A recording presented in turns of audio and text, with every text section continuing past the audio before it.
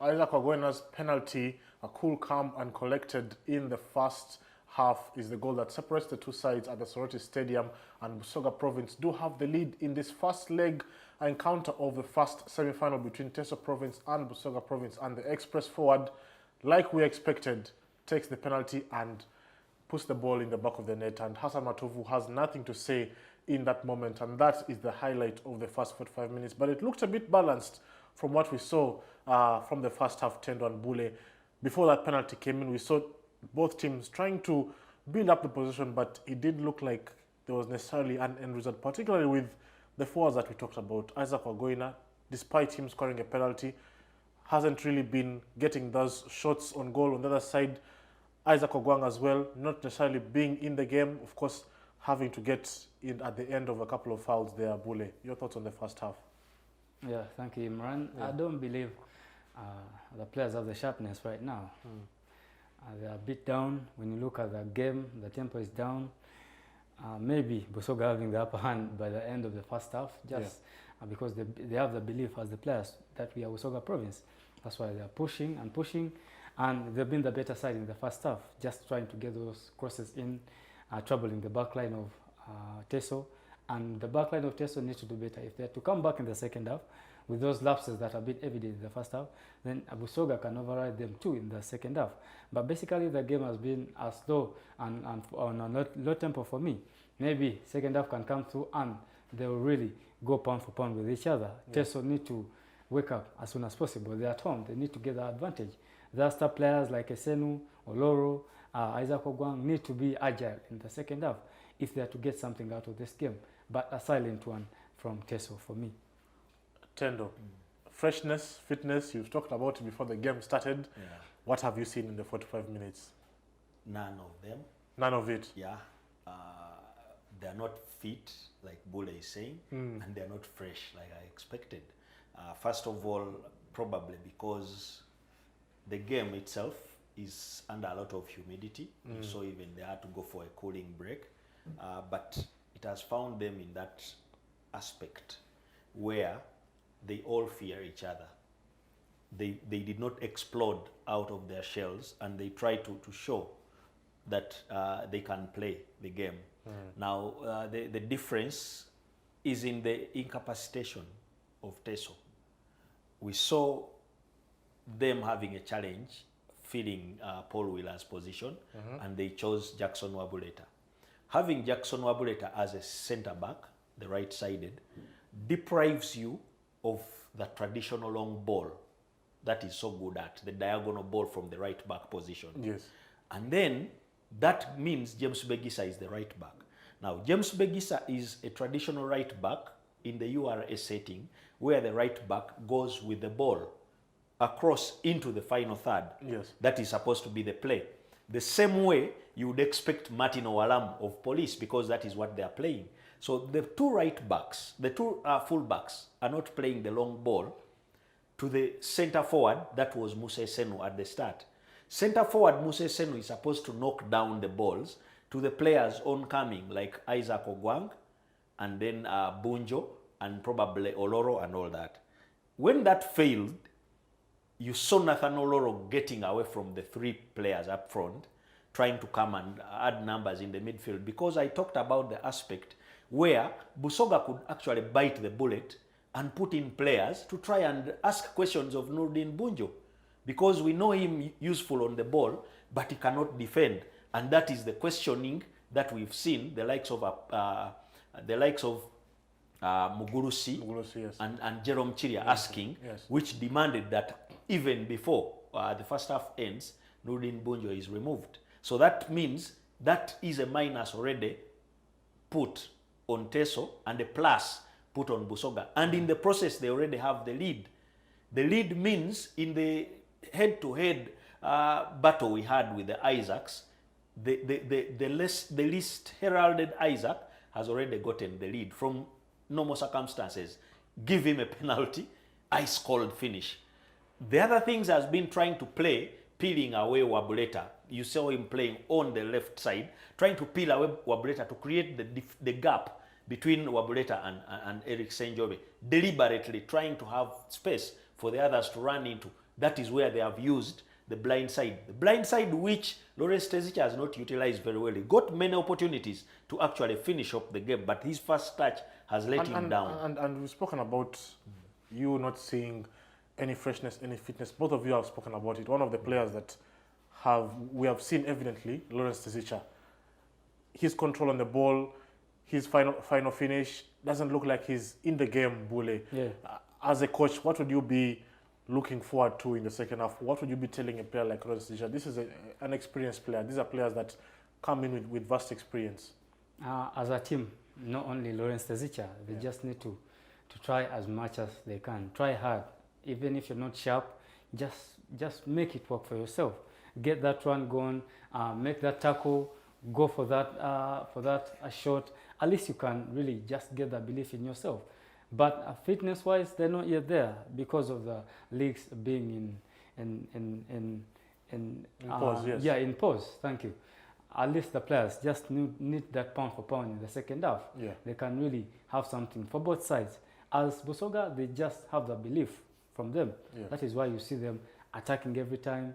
You see their senior players standing up. That is what I can ask for from TESO province. And Bule, as Tendo has mentioned, this is the Isaac Ogoina in an instance, peeling off the centre backs of Eric Senjove, Jackson Mabuleta, and he gets a chance here to bring in a cross, just that the end product did not finalize. Yeah. Are these some of the moments that they need to capitalize on as BUSOGA? Yeah, because of the ineptness of the back line of TESO. They just need to use the advantage. The more goals you score on an away, then it will be advantage for you when you go back to your home stadia as BUSOGA province. Firstly, they have the upper hand, they have the goal. How are they going to respond back coming through in the second half? Just get more goals. Because the back line of TESO is a bit lacking, is a bit lackluster in the defending. No coverage, poor communication, even they lack the leadership. Hassan Matovu, you can do that part. Ensure that you communicate well. Eric Senjove, don't play dilly-dallying. It can cost you a plus the team. But as TESO, you just ask yourself more questions. How are they going to respond to the second half? Yeah, I mean, we've spoken about BUSOGA, but TESO in this moment here had a chance to actually that play was a good serious, opportunity, and he chose the wrong pass. The right pass would have been to that man right going in between the defenders, yes, and he chose to pass to Isaac Ogwang because of his name. And that was Bunjo who was subbed off in the first half, Tendo. So I think it sums up the exact creative strategy they had, and they were all thinking about Isaac Ogwang. But Isaac Ogwang trying to also do what Wagohina is doing, peel away from the centre backs. But in this moment, when he's peeling away, he's creating space for the teammate. Bunjo would have traced that pass. Oloro actually would have pressed that pass to Bunjo. Whatever you don't know Bunjo for, in that one-on-one situation, he's one of those players who can convert that chance. Yes, so yes. I think that was really believing so much in your main striker that even in the position where he can't hurt the opponent, you choose to pass to him. So unfortunate that it is Oloro actually who had gone. But I think it sums up the nerves that they had. Oloro choosing to go back in midfield to try and get balls, and then trying to feed the striker. As strikers, if you are together, all the three of you up front and you're not getting opportunities, one of you goes back to get the balls. But out of that sentiment, you often pass to the fellow striker. It is hard for you to pass to another midfielder. At that age there, that moment would have created a difference. Probably they would have gotten another chance. Bule, talk to me. Penalty? No penalty for you. Spot on. Spot on? I believe he's spot on. Because he didn't go for the ball. And then Amos Chia knew that any contact on me, it will be advantage for us. And that's what he does. Just get your body ahead of the TESO defenders, and it will be advantage for you. That's what he does. You look at the dive, that's a penalty for me. But I would look at the incident here where Owalamu was dilly-dallying again. He didn't do the best of the job in ensuring that they get the situation sorted out. The goal goes past Owalamu, and then the defender trying to cover up, he's a bit late with that mess there. Yeah, yes. that there. He would have come in as tough as possible. This is what I'm talking about. As much as you're not sharp in this game, just try as hard as possible to get you a game. These things always happen as a player. You know that, yes, this game is going on. I'm not fully fit. I'm not sharp. How am I going to respond to it? Lack of communication. Yes, lack of communication there from the centre backs, and of course one of the defenders there, Mashno Alamu, being at the end of it in terms of trying to communicate with his fellow defender, but actually, they get into a round. Alamu shot 3 made a mistake to try to come into altercation when already Misaki was there trying to create a foul. Misaki probably thinking that Oalamu is out of position, right. And as a midfielder, a defensive midfielder, you can't let the striker shoot. Unfortunately, still by not being fresh, he stuck out a leg when the striker was aiming to shoot. If he had just gone to take away the ball like other players go, they would have hit him to create a foul for him. But what he did was a desperate attempt to try and put away the ball, which he didn't touch very well. If he had run to try and win possession in its perfection, he would have taken the ball towards the goalkeeper and gotten the foul himself, because that kick by Amos Kiria would have been actually a foul on him. So I think that is where the freshness didn't come. And another contentious moment here, a penalty shout for Isaac Ogwang. If we could get the moment where Eric Sonjobe kicks the ball, we could probably see whether there was a shout for an offside. Yeah. It's very difficult to tell. It's very difficult to tell. Very, very difficult. Because this other defender, Bakari Magonda, when you look at him, the second, on your right, the second one from the right, the second one in the middle, I believe he's in the same line with the one highlighted. But nevertheless, the referee or the linesman had the better view of it. Because you look at him when he's drifting back to cover, they're in the same line before even they make the run. Yeah, I see it on this side. Yeah. Now the disadvantage with playing on the side where the assistant referee is, normally they look at the person closest to them. They disregard the farthest side, and that is where all contentious situations come. If you're on the side of the assistant referee and you are the defender, they will not see the striker who is offside. And if you are the striker who is this way, they'll see you as offside, because in terms of looking at the color, the assistant referee is so used now to yellow being onside and orange being offside. So if it is orange here, they will not look at the margins, and that is where VAR is very important actually. In so many of those situations, we see and think it is not offside or it is offside.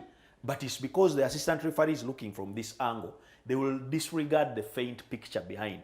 And I think that was actually not offside. They were at the same line. Bule?